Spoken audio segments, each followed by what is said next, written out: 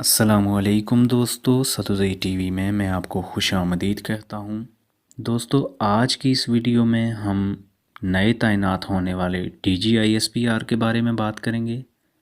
Major general Asif غفور کے جی او سی اوکاڑا تعیناتی کے بعد نئے تعینات ہونے والے D G I S P R major general Babar Iftikhar ہیں۔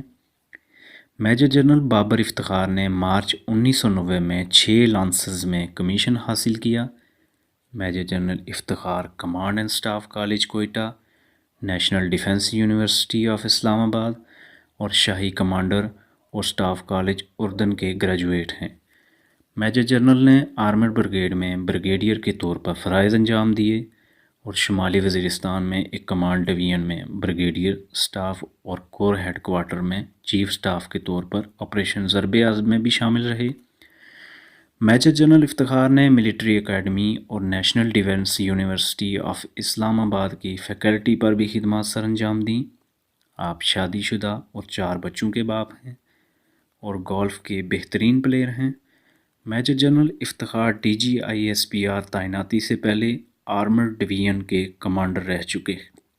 مزید ویڈیوز اور اپڈیٹس کے لیے ہمارا چینل سبسکرائب کیجیے اور بیل آئیکن کو دبانا مت بھولیے تاکہ ہر نئی آنے والی ویڈیو آپ تک بر وقت پہنچ پائے۔ شکریہ۔